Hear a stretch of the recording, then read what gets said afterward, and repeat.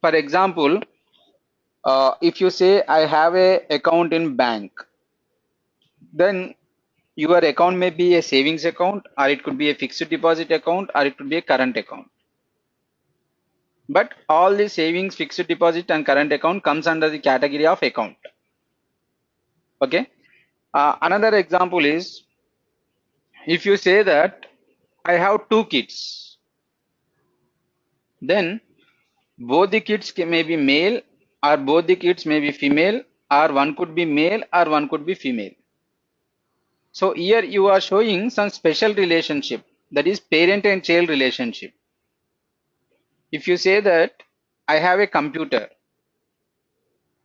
okay, another example is, if you say I have a computer, I have a desktop, then it means that you have a PC desktop, you have a CPU, you have a mouse, and you have a keyboard. So all these are interrelated. That means it is a parent and child relationship. So generalization is nothing but a parent and child relationship. So when we are going to use generalization means, suppose, as I said yesterday, if you want to define some common properties, okay, suppose if you are having some common properties, then if you want to give that common properties to any other, so I will show a generalization. So when I show a generalization, whatever the properties applicable to you, the same will be applicable to other. Okay. So this also I will explain you again while doing these use case diagrams. And third one is aggregation. So aggregation is nothing but a relationship between whole and its parts.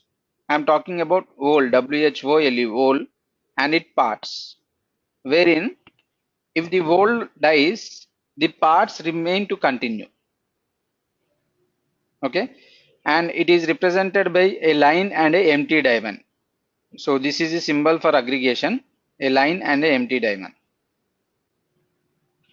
Now if I want to give example for aggregation, let us take a pond and a duck.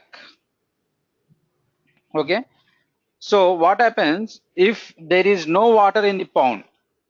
The duck can even survive on the land. That means if the whole dies, that means if there is no water in the pond, the parts still remain to continue. That means the duck can survive on the land also. So this kind of relationship is nothing but aggregation. And next one is composition. Composition is nothing but the relationship between whole and its parts, where if the whole dies, the parts also die. Example is pond and a fish. So if there is no water in the pond, the fish can't survive on the land. It also dies. Okay. And if I want to give the best example for aggregation and composition, compare with your normal phone and Apple phone, iPhone. Okay. So I will compare aggregation with normal phone and composition with iPhone. So in normal phone, what happens? In case your mobile is getting repair, okay, you can remove that battery and you can use that battery in another phone. So here I am comparing whole as a mobile and part as a battery. So if the whole dies, that means if your mobile is not working, the parts still remain to continue. So the battery, we can take out the battery and we can use in another phone. That is nothing but aggregation. So if you take composition, you can take iPhone. So in case if your iPhone is getting repaired, so in iPhone the battery will be inbuilt. So you can't use this battery anywhere. So you have to throw that battery along with your phone. So that is nothing but if the whole is dying. So if the iPhone is not working, then parts also die. Then the battery also won't work. We can't remove that battery as it is a inbuilt. Okay. So these are the relationships between that is four relationships of use case diagram, that is association, generalization, aggregation and composition. But as a business analyst, we are going to use only two relationships, that is association and generalization. So we are not going to touch aggregation and composition. Okay. So why? Because this aggregation and composition will be used by the developers and database administrators. Okay. We are not going to do anything with aggregation and composition, but as a business analyst, we are going to use association and generalization. Is it clear about relationships, or do you want me, or do you want to ask something? Right. Till now, it's okay. Once we get that practical, I mean,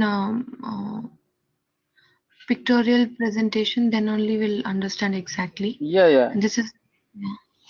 So no problem. Like, don't get panic.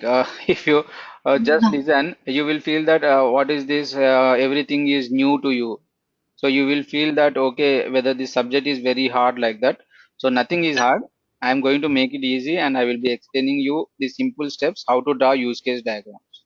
And moreover, I want to say one thing. So no company will ask you to draw use case, sequence, and activity diagrams.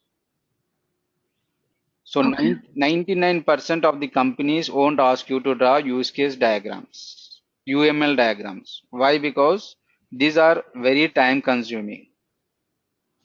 Okay, so don't get panic. But to know about these use case diagrams, it is must for a BA. Why? Because some other topics are depend on these use case diagrams. Okay. Okay. So next comes to functions. So what are the different functions of a use case diagram? So we have three types of functions. One is extend function, second one is include function, and the third one is trigger mechanism. Okay, these are the three functions we use in use case diagrams. Now, what is extend function? So extend function is nothing but if a action is taking place, then the other action also must and should take place. Okay, it is nothing but there will be two actions. If primary action is that is if base action is taking place, then the dependent action must also take place, wherein the dependent action is going to increase or enhance the functionality of the base use case or base action. Okay, it is going to increase and enhance the functionality of the base use case. Okay, it is nothing but extend function. And when it comes to include function, if a action is taking place, the other action may or may not take place.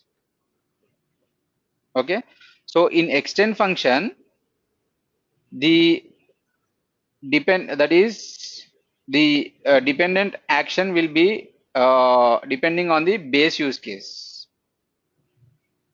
and in include function, the base use case will depend on the include action. Okay, so that is if a action is taking place, the other action may or may not take place, whereas the include action will contain some conditions. So if those conditions are satisfied, then only the base action is going to take place. Okay, so this also I am going to explain you.